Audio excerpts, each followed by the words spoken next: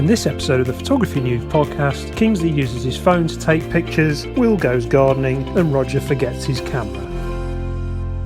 Hello and welcome to the latest Photography News podcast. So we've made it to 11. They've let us back into the recording studio.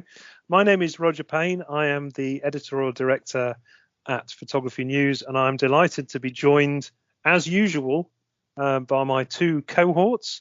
First and foremost, he's slurping his tea and he was yawning away a few minutes ago, so he's bound to be bang on form. It's contributing editor Kingsley Singleton. Hi, Kingsley. Hello again. Are you awake? Yeah, I'm busting to go. And is that tea in that glorious mug that you're swigging, or is it something a bit stronger? I'm bursting with photo tips, and I'm not under the influence of anything other than Yorkshire tea. Marvellous. Well, lovely to have you on board. And also, in glorious detail and slurping from his Spurs mug, which is, quite offensive at this time in the morning. But in glorious webcam detail, because you've got a new webcam, Mr. Photography and the editor of Photography News, Will Chung. Hi, guys. How are we doing? And I must say, I am loving the quality of the Fujifilm webcam software. So I've actually got Fuji camera mounted on a mini tripod in front of me. Hence, you can see me in glorious detail. But maybe I should put a soft focus filter on it, smudge me a bit. All the wrinkles are plain to see, Will. Thank you very much. Well, good to have you on board. And may I start this podcast, because obviously at the end of the last podcast, Will, you left our listeners with a little bit of a tease about the fact that you had just gone out and bought a brand new camera. Would you like to share what that camera is and why you bought it? Okay, yes, I did have a little tease there. I decided to invest in a Nikon Z7 full-frame mirrorless. It's been out, as you know, for a couple of years, but so I haven't thought about it until fairly recently. But then I've decided I wanted to shoot full-frame and still travel light with what I've got, so I invested in the Z7. And it came with an adapter, so I can use my existing Nikon lenses. So now at the moment, I'm tramping around the countryside with a Z7, a 24-70, and an old 70-300 lens. And it's great. It's a nice little combination. Loving it. And how long was it to the hour after you purchased it to the point that Nikon teased the replacements to those cameras? It wasn't to the hour. I think it was within minutes. Is that right? No, it's not. It's not a problem. It's exactly what I want, and it suits me perfectly. So I'm enjoying it. Yes, I invested in the Z7. Very happy with it. Still getting used to it, to be fair. But it's a very highly featured product, and it produces excellent pictures. So presumably then, Will, you have been using that as much as possible over the last sort of few weeks since we last spoke? Yeah, I've been out for a few shoots. I haven't done a great deal, to be honest. I've been, apart from doing clouds and sunsets, because we've had some phenomenal clouds recently. The various storms that came in. I think Alex was the last one that came in, and the skies where we were just staggering. And I know photographing skies isn't that interesting in a way, but I'm quite fascinated by it, and I actually want to take these pictures not only in their own right, but also maybe to use as backgrounds for other pictures. I'm starting to, in lockdown, I wanted to develop my Photoshop skills a little bit more. So that's one reason I've been photographing skies. So I did that, and the other day, the local photo group, we were talking about photographing the full moon, and looking at the app I was using, the Photographer's Ephemeris, and I could see that the new road, the A14, which goes fairly close to where I live, the moonrise was actually at the end of the A14, in effect. So we went into the bridge over the A14 about 6:30, waiting for moonrise, and sure enough, we got a full moon. It was wonderful. The only problem we had was there's a protection fence. I don't know why they've got a fence there, because it actually doesn't stop people jumping into the road, but it's high enough that if you use a tripod, you actually have to have the thing at full extension, including the centre column fully up. So I had to have the tripod above my head to photograph over the bridge on the A14 with the moon rising in the background. And presumably, Will, you were wanting to produce something like the famous Ansel Adam moonrise image, but only over the A4. So it doesn't have quite the same moonrise appeal. Hernandez. It's going to be moonrise A14. Not quite romantic, I'm afraid. But I've got some good light trails. And the Z7 actually did really well, because with the monitor that tilted back when I had the camera high up, I could see what was going on. And the touch panel at the back worked really well as well. So no, very happy. Good stuff. And Kingsley, as a fellow Nikon user, I'm sure you approve, first of all, of Will's purchase.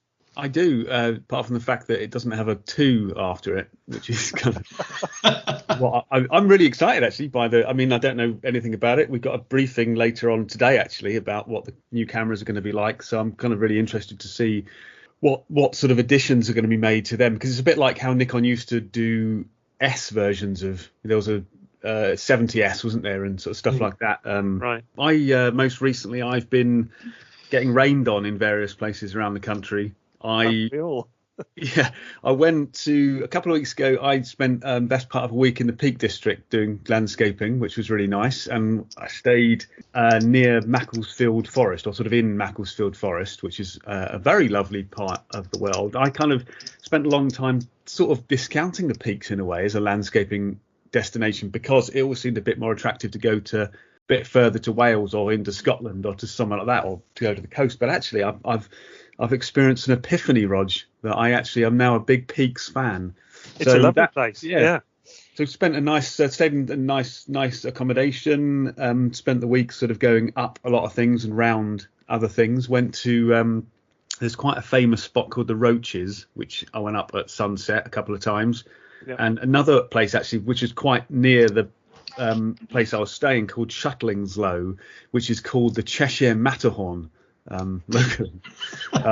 And it was it's a reasonably vertical walk, but it's not actually sort of that difficult. So I went up there a couple of times as well, and sort of lots of high shots. Did you see the Winking Man? The Winking Man, I didn't. The Winking Man is a stone, isn't it? That kind of, as you drive past it, there's a hole in it that appears to sort of like an eye that winks, isn't there? Yeah. No, that's right. Yeah, I think it's some way outside, like Buxton. I think it is. So it's on the road leading into Buxton or out of Buxton. Yeah, it's definitely in that area. And it's like, as I was driving around, it did just seem like there's just loads of possibilities around there. In a way that I think I can't remember exactly where I'd been before, but it was a place with the millstones, and I found it a bit disappointing. I seem to remember, but I probably went at the wrong time or in the wrong weather. The weather actually was okay, but sort of fleeting. The 2 sunsets I did were kind of there and then gone. They weren't particularly sort of intense. And when I went up the Roaches, I also got heavily midged, which I wasn't expecting. In Scotland, you sort of expect it, but I came back and I'd virtually lost my forearms to these kind of nibbling insects. Just add it to the list of your ongoing, your ever increasing list of landscape photography related injuries. Dragged around like an hors d'oeuvre for invertebrates. Yeah. Well, at least you didn't trip over, break anything, or get your nose stuck to the tripod because it was so cold. I did actually have a fall while I was there. Spoke too soon, Will. Oh, don't. Fantastic. Well, good to hear that you're up to your usual hapless self in terms of falling over and generally causing yourself injury. Well done. Well, I must admit, I've had a pretty barren few weeks for photography. I did, however, go to London, which I know is not really the sort of necessarily the done thing. London. London, masked up on the train, which was largely empty. And I was going down for a meeting, so unfortunately I didn't actually have a camera with me. But I went to Covent Garden and was just amazed at how quiet it all was down there.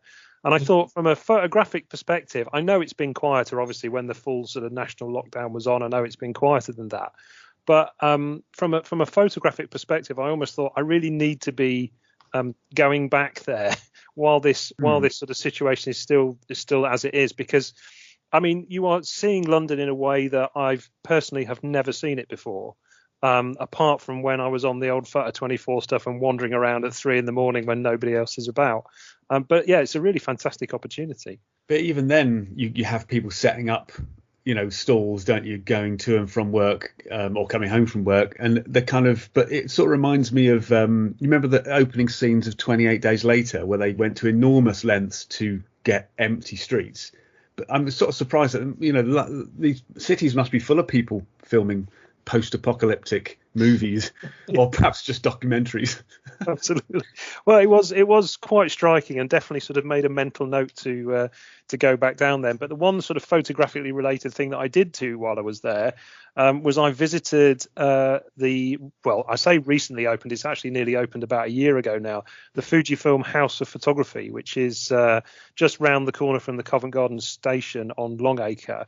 And I know, Will, you've visited when I think the place opened, but it was actually the first time that I'd set foot through the door there. And I have to admit, I mean, it's a pretty tremendous facility. It's like, the only way I can equate it really is it's like an Apple store but for Fujifilm cameras, in that everything's there, you can pick everything up, you can obviously pretty much buy everything, I would imagine, and you've got a load of people hanging around who want to talk to you and are extremely knowledgeable about the camera kit. And I just thought it's quite a refreshing sort of new model for how, photographic retail could work going forwards. What do you reckon, Will? Yeah, no, I agree with you wholeheartedly. I mean, I was impressed when it was launched, and I went back there several times because I was often in the West End anyway, pre-lockdown. And you're right. It's a great showroom for Fujifilm cameras, but it's also a great spot just to go for photography because, you go up a couple of levels and there was an exhibition on, for instance. And I know you can hire a studio there as well. And I thought it was a great experience. And especially it's free and you just go in and wander around. And OK, you don't have to be a Fujifilm addict or an expert on the product, but just go and soak up the atmosphere. And as you're right, it could be the way photographic retail could work in the future.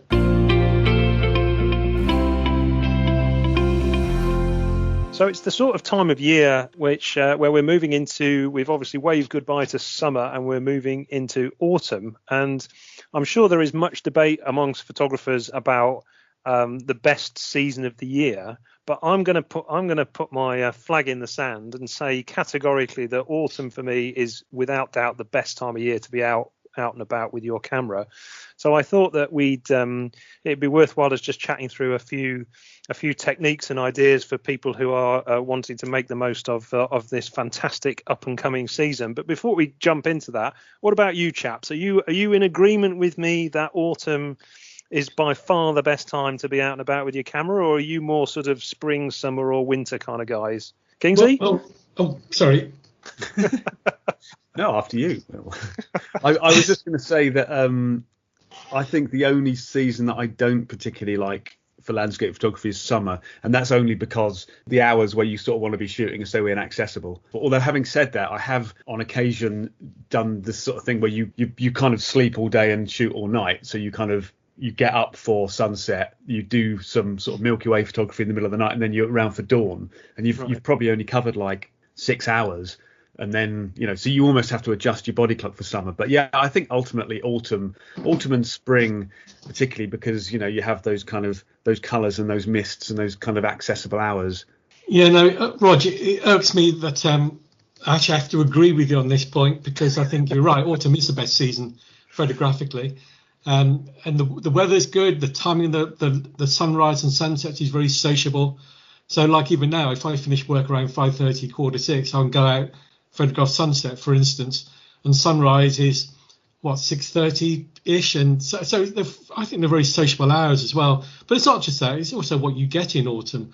I mean, the colour of the trees, fungi, interesting weather. I don't think you can go wrong. And although you mentioned London being quite empty, in the mists as well in the city, there's some lovely pictures with that aerial perspective you get of, the line of recession as the mist takes out the contrast. Yeah. No, I think autumn's a stunning time. So I'm always packed with my bag ready and batteries charged, ready to go this time of year. I think for me, it's the quality of the light.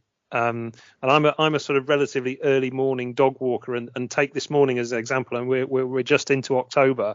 But I was out at sort of 6:45 this morning, just as the sun was coming up. Now, it was very cloudy and overcast this morning, but there was just that absolute sweet spot where you've got a really overcast sky, but there's a little sort of gap in the cloud between the horizon. And just as the sun comes up, and it's just absolutely fantastic. I mean, obviously, I didn't have a camera with me because it was I'd gone out, it was raining, and so I thought, no, I'm not going to bother taking the camera out. But of course, I've done this so many times, and I keep on saying to myself, I've got to remember to take a camera with me every time. But the quality of the light, and you get the same at the end of the day, the sort of the raking shadows across fields and what have you. You just can't beat it. On a sort of a slight digression about taking a camera with you. So I've got one of the modern or the latest iPhones, and I did when I was in the peaks that I've mentioned just now, I had that with me, and I was out around twilight, and I took a 4-second handheld exposure with it, which was really good. So I think, it's, I know that people have been saying for years, our real camera's dead, is a phone all you need.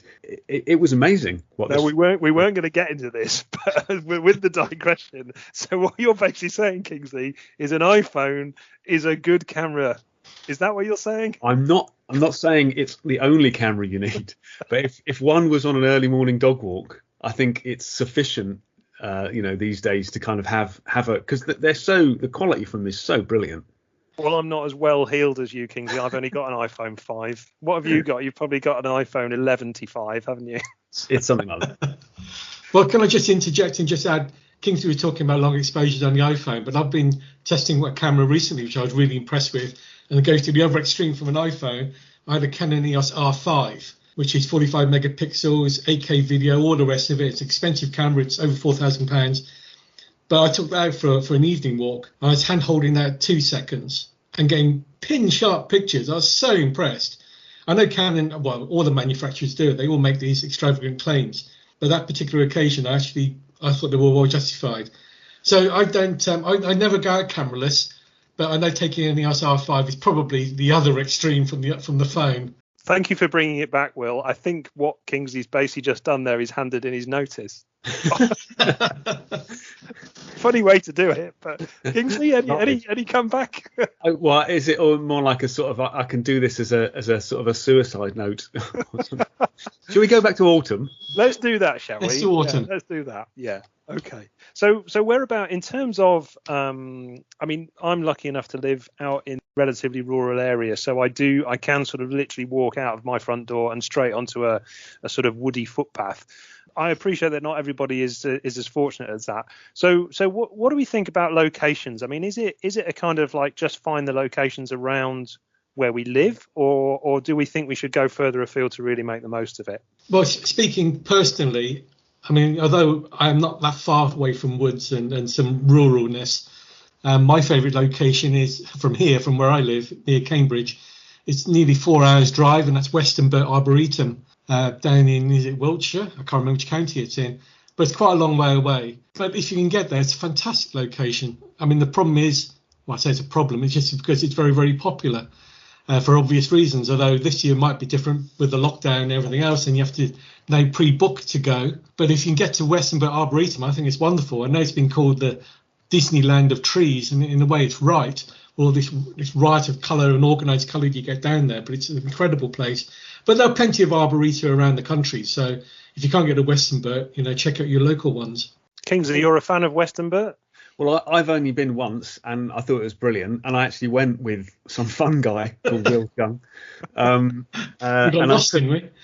I took away several things from that trip. One of which is Will has a car that's very well stocked with small bags that organise things like leads and small sort of accessories and things, and lots of snacks in his car, which is quite good. Right. But one of the things was, I think there's a sort of an idea that to shoot sort of landscape things and nature photography, you have to stick to those kind of very early or late hours. And partly you can think, well, actually, you can't get into the Arboretum until about, I don't know what it is, sort of 8:30 or 9 o'clock or something. So you sort of think, oh, well, is it a bit too late? But actually, when you're in those places, the rules work a bit differently, and you can shoot for longer because the sun is broken into sort of pools of light and shade, or if you're lucky to get a bit of mist, you have those kind of sun rays coming through. So, yeah, I mean, it's an amazing place. And as Will says, there are arboreta all over the country, and all you've got to do is Google it, and you'll probably find somewhere pretty close. Something else I'd recommend if you want woodland for autumn is there used to be, I think there probably still is, a page on the Woodland Trust's website where they give you a sort of a live sort of map situation of how the leaves are turning in colour. So they go obviously some sort of yellow to red and then off. That's really handy, and so you can pick out kind of locations which are local to you. Excellent. I mean, presumably none of this is really matters that much to you, Kingsley, because you'll be shooting on your iPhone and just changing the filters on the phone before you It's the Instagram put them up on Instagram, right?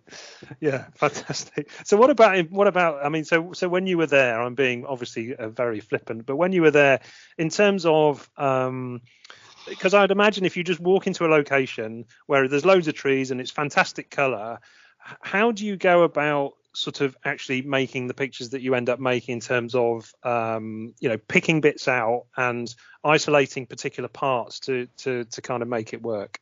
Based on that, I think that this is probably a similar thing for most landscape photography, but particularly in woodland, whenever you're working in woodland, it's a chaotic and very busy environment. So actually wide angle lenses tend not to be quite so effective as when you're working out in the open. And I found generally when I was there, and generally in woodland too, that using short telephoto and telephoto lenses at fairly wide apertures really helps with that, because you can pick out little subjects kind of through the mess of other leaves.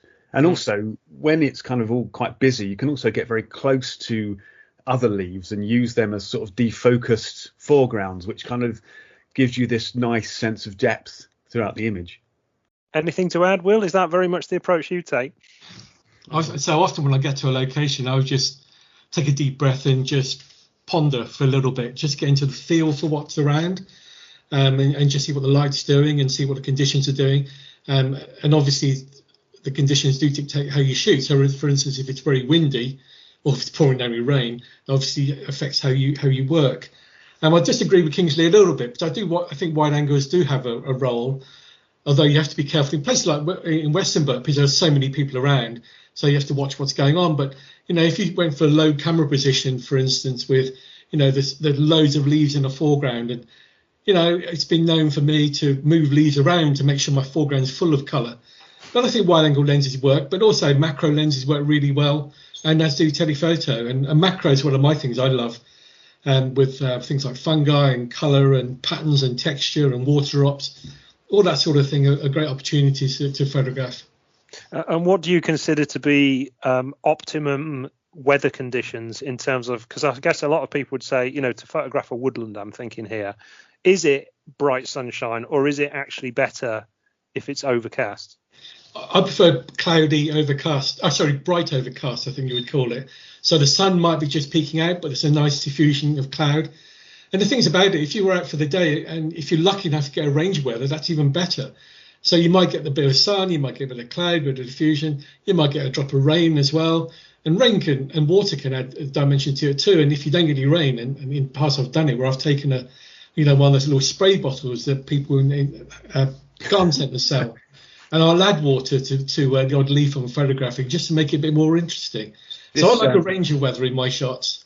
This just I was going to say about the weather, but this is Will's frantic gardening is quite that's quite divisive, I think, amongst a lot of sort of landscape and nature photography. I went to I was at Padley Gorge last year, and there was it was almost like someone had actually placed a load of leaves on a rock in the foreground of a waterfall, and I sort of looked at this thing and instinctively kind of didn't want to take the picture because it seemed like it had been constructed. But going back to kind of what Will was saying about weather, I think again woodland, and particularly in autumn, is a good time to go out when if you actually do have a cloudless day, it can be a good place to sort of rock up, because you're getting that kind of, the sun's getting blocked, but also because leaves are slightly translucent by their nature, you get this kind of glow if you start backlighting everything. And that's something I seem to remember trying to do a lot of when I was down there at Western Burt. One other thing that is a good tip for woodland stuff is to use a polarizer. And a lot of people sort of assume that they're just for things like, for these kind of big open landscapes and, getting a bit more blue in the sky and stuff. But actually, if you use one in woodland, you cut out a lot of the reflection off the foliage. So that's kind of, that can make the scene less contrasty and a bit more kind of mellow. And that segues beautifully into the last question that I was going to ask it on that, and that is, I'm intrigued to hear about Will's bags of stuff in his car, which sounds slightly dodgy, but we'll move past that quite quickly. So what bags of stuff would you be packing, Will, to take, of, like, I'm thinking accessories and just general extra bits and bobs that you would take out when you were doing your shoots, your autumnal shoots? Yeah, Kingsley's been rummaging through my boot. I mean, I do have one that organises with lots and lots of pockets. And I do have lots of things in there in case I forget things, like tripod plates. Sometimes, it's particularly when I'm testing cameras, I have tripod plates for my own cameras, but sometimes I forget to bring spares, so I have spares. But I mean, obviously, photographically, I take along a macro lens. I take along extension tubes as well often. And also, nowadays, I take one of these LED lights. I mean, the one I'm holding in my hand is a Manfrotto Lumimuse, which is a 6 LED rechargeable light. And some of those things can be handy, just to add a bit of, don't overdo it, just add a bit of spark to your pictures. And it's also useful when you're shooting things like fungi, where, they often lived in very, very dim conditions. But I mean, apart from the photographic stuff, I will also suggest, and this is quite important, especially if you've got old knees like me, I've got a pair of those soft Velcro attached knee pads. Right. So not only do you protect your trousers, but it makes me more comfortable when you're grovelling on the ground doing your gardening, as Kingsley says, which of course most photographers do, just that he doesn't. And so when you're grovelling on the ground, it just makes me a bit more comfortable. And same, I also take one of those rugged bin bags, rubble bags, again for sitting on or for kneeling on, or because often this time of year it is a bit muddy, so you might as well not just get the right gear, but also think about extra gear, non-photographic extra gear like that. I think I definitely echo the idea of like sort of good pair of all-weather trousers. I'm not quite at the knee pad stage yet, although basically thinking about Will's little kind of stuff in his car, I realise I'm just basically following him into kind of middle age and kind of later on. And so I'm just, in 10 years time, I'll be going, oh, knee pads. That's what I'm after. But actually, it's true, like anything that can stop you getting covered in mud, or at least it doesn't matter, is a good thing. Given your history with landscape photography, Kingsley, I'm amazed that you don't go out encased entirely in bubble wrap. That surely would be. I've never had a tree fall on me yet, but I suppose there's a first time. Oh my God, you've heard it here first, folks.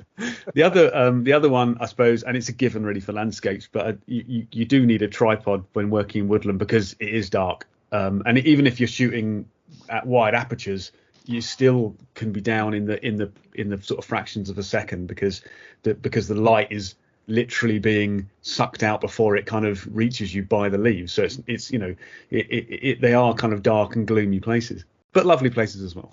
Indeed. Well, fantastic advice, gents. Hopefully that's been very useful to you. And obviously we would love to see your autumnal images when you get out and take them. So you can share those with us on social media. It's probably the easiest way to do that. The handle for our Twitter, Facebook and Instagram pages are all at Photo News PN. Obviously, we're also regularly updating our website, which is photographynews.co.uk. And that is also the place to go if you would like to read the magazine digitally. It's all free. You can download it and save it for later, or you can just read it online at the same time, which leads me nicely on to asking you, Will. I presume you've got an issue that's going to have some autumn content in coming up. What else are we going to expect in the next issue? Well, you mentioned autumn content, so there's a buyer's guide on kit that you should have in your bag for this time of year, and there's also a feature about workflow. And workflow is, I mean, it's one of those buzzwords, isn't it, workflow? But we're encouraging a sensible workflow from capture all the way through to final output. And, speaking of which, on final output, we print a lot, but in this particular case, I'm viewing you on a new monitor, which is a BenQ monitor, which I'm testing at the moment. This is the SW321C. It's a 32-inch monitor, and you two look gruesome on it. It's so damn good. There's also a test on the aforementioned Canon I mentioned, which is the EOS R5, which is probably the most talked about camera this year. Partly of all the hype with Canon talking about 8K video, and now all the people who have bought the thing are talking about how the fact it overheats shooting 8K video. Right. But I do have to ask the question, why do people shoot 8K video? But hey, That's a question to put out there. But it's a busy issue, full of good stuff, so I hope the readers enjoy it. Which I'm sure they will. Moving along, we thought we would answer some reader questions, but before we get into that, just a quick shout out for Stephanie Stevenson. I'm glad I've got my teeth in to say that. Stephanie Stevenson, who got in touch with us, and Kingsley, she mentioned that she'd heard about this sort of mystery church that you mentioned on the last podcast, and actually sent us some rather nice pictures that she'd done of it as well. So perhaps not quite such a mystery after all. It's probably a different church. I'm not sure anyone has been to that same church. It's it's not really. Yeah, no one really knows about it. So. Well, based on the images that you produce, she's certainly done better. So anyway, but actually that does lead on to a question that we got from Ashley. Now I don't know whether Ashley's actually a lady or a gentleman, so apologies for that. But Ashley just asked a very simple question: do you guys have any tips about revisiting the same location multiple times? Kingsley, I'm going to come to you first because clearly you do you do it a lot, going back to this mythical church. But what do we think? I mean, revisiting locations over and over again, difficult to produce different pictures, or dead easy in your book? I just go back there to check that it's still there, because it's sort of occasionally, like, it only comes out at a certain hour, or when it's touched by moonlight or something like that. I think it's a really good thing actually to have something locally, a location that you like, that you can visit, because it gives you a quick kind of dose of photography when you need it. It means you don't have to jump in the car and drive for hours and hours and hours. And it's also something where you can practice new techniques. You can sort of explore it through the season. I mean, we've just been talking about autumn. It's a really nice project if you can kind of keep going back to the same place and exploring it, how it looks in different light and different seasonality, and snow, frost, in the middle of summer even, but also from different angles. I mean, that particular mythical church I've obviously been to many times, but recently I drove to the opposite side of the water onto this peninsula that kind of looks at it from a different angle to try. And this wasn't I didn't actually take a proper camera with me.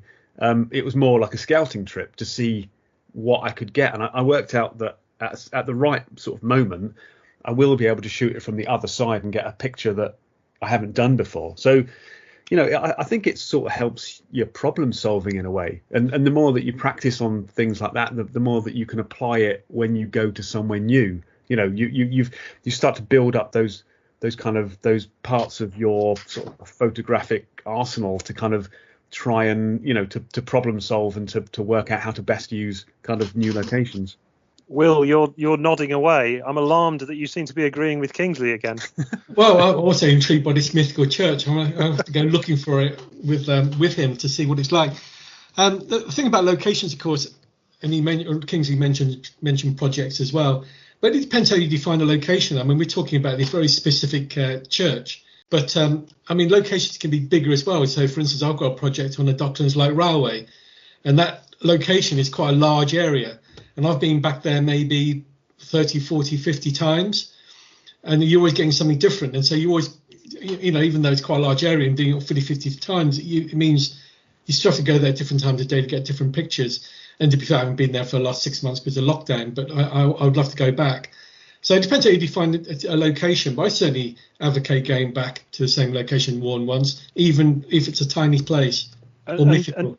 And would you guys ever go to the same location but with completely different kit, or want to kind of like limit yourself? So you might say, well, normally I'd take my full kit bag and obviously your boot full of leads and all that sort of stuff, Will, but actually you might go back to another location or the same location, but actually just have one camera and one lens, or in this case one iPhone.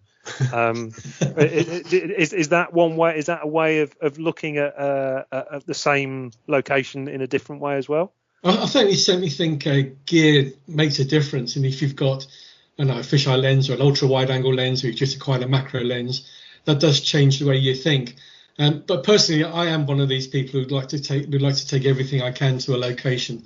So rarely do I go, anything less than a very heavy bag. Although that is changing now that I've acquired a lighter mirrorless full frame camera. I might start just going one camera, one lens, maybe. Fair enough. Well, actually, hopefully that gives you some advice for getting out and taking pictures at a location that you're visiting multiple times. And then we'll move on to the second question, which comes from Jane in Leicester. And she said she enjoyed Annie's answers on the last pod about macro photography. She basically talking about things that make macro easier. Annie mentioned something called a plamp, which she is aware of, but wondered if she has any further suggestions for useful gadgets that will help her get better results on macro images. Now, unfortunately, Annie's not with us today. But hey, if we get enough letters, we'll definitely get her back. But Kingsley, any particular thoughts? Macro accessories rather than lenses and cameras, I guess, is what Jane's getting at here. Yeah, I mean, I'll just start off by saying I think Annie's Answers is a good name for a segment. I agree. Annie's Answers. Yeah, I agree. Yeah, she'll basically replace Will at some point. Well, that's both of you out. Then it's just going to be me. I think obviously the kit that you use depends on what you're photographing, and although I have shot plenty of macro stuff, I don't tend to shoot macro wildlife like Will and Annie were talking about, but I tend to shoot more kind of still life kind of macro style things, florals and little objects and watches and stuff like that.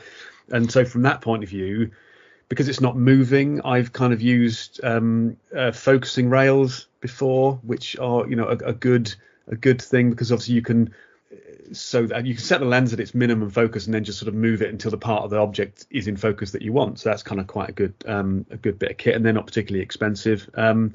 Something else on that score is actually moving the object. You can as a macro thing, particularly when it's a still life. So if you put your object on like a piece of card or something, then you can actually move it, or you can leave your camera locked off and move the object around, which is to stop messing around with your tripod too much. But the only other thing that I thought of based on the still life stuff is things like backgrounds and reflectors and stuff are all very handy for macro work. So particularly I've found kind of shooting floral things that if you just go to your local art shop and buy some coloured card, and you get contrasting colours, complementary colours.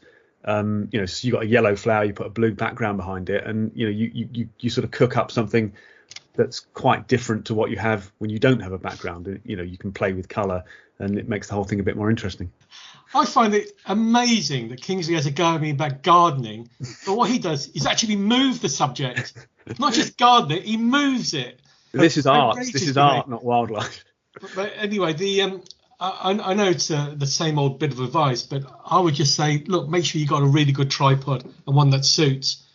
And one of these tripods that's got a multi-angle head, for instance, would be quite useful. I mean, I know a couple popular ones. There's a Vanguard 263CB, I think it is, which has got a column that you can adjust the angle on. And there's a Manfrotto tripod as well. It's a B3 GTX Pro, and that can have the center column rearranged so it sticks out, so you're shooting for flat lays. So I mean, one thing I would say, I know everybody's probably got a tripod of some sort, but if you want to do more macro in a deeper way, then consider the support. That's really important. Absolutely, good stuff. Well, thanks for those answers, chaps. Hopefully, both Jane and Ashley will be well and truly full to the brim with photographic knowledge on the basis of those answers. Maybe. So I think that maybe, yeah. So I think that brings us pretty much to the end of this episode of the Photography News podcast. However, obviously, regular listeners will know that we never end a podcast without a Will's word of wisdom. So, Will, give it your best shot. Well, look, I've been witching around about tripods a lot on this podcast, and going back to the very beginning when I was saying that I was shooting with a tripod at full extension over a bridge because I had to. But often I've walked around, and I do want to say to people, but I daren't because I'm going to get slapped. But I see people using their tripods, often with the center column fully up, but haven't extended the legs. Yeah. And then they wonder probably why their f2.8 expensive Canon, Nikon, Olympus, whatever zoom lens is not delivering sharp pictures. It's because their tripod technique's poor. So look, guys, legs first, extend them first. I know it's slower, it's a little more difficult, but use your legs first, then use the center column if you need to. Simple. Very good. And just to add to that, I'm pretty sure we have covered this off before in a pod before, but I'm going to say it again. I used to work in photographic retail, and you used to have people coming in who would spend back in the day hundreds, sometimes thousands of pounds on camera kit, and then would go, oh, I need a tripod, and spend 10 to 15 pounds on one. And it's like it's the falsest of false economies to drop all that money on your kit and then go out and buy a tripod that is 20, 30 quid. It just is. There is absolutely no point in it. Like driving a Porsche with bald tires. Yeah. Absolutely. I like are you familiar with that particular situation? BMWs with bald tires. I like Will's slogan, legs first. I think someone should adopt that as a kind of some tripod manufacturer should adopt it. And also, funnily enough, that's the way that I fell over in the Peak District, legs first. Well, maybe you should. Maybe that's just a general rule for you in life, Kingsley. Is think about your legs first. They are long legs. They yes, are. you shouldn't be so tall. Yeah. Well, gents, thank you very much. So that just leaves me to actually, in line with previous podcasts, I think we should probably leave our listeners with a little bit of a cliffhanger, and that is to say that in a couple of weeks we will be back with another photography news podcast, and there will be a very exciting announcement on that particular podcast. So please do make sure that you listen in to that. But for now, and to leave you in all on tenterhooks, thank you very much to contributing editor, iPhone user, and general faller overer, Kingsley Singleton. Thanks, Kingsley. Oh, you're very welcome. I hope we get an Apple sponsorship out of this, actually. That could be the exciting news. You never know. And also, thanks also, Will, in glorious sharpness, thanks to your webcam. Feature again, Mr. Photography, Will Chung. Thanks very much. Take care, guys. Okay. And we'll see you all very soon.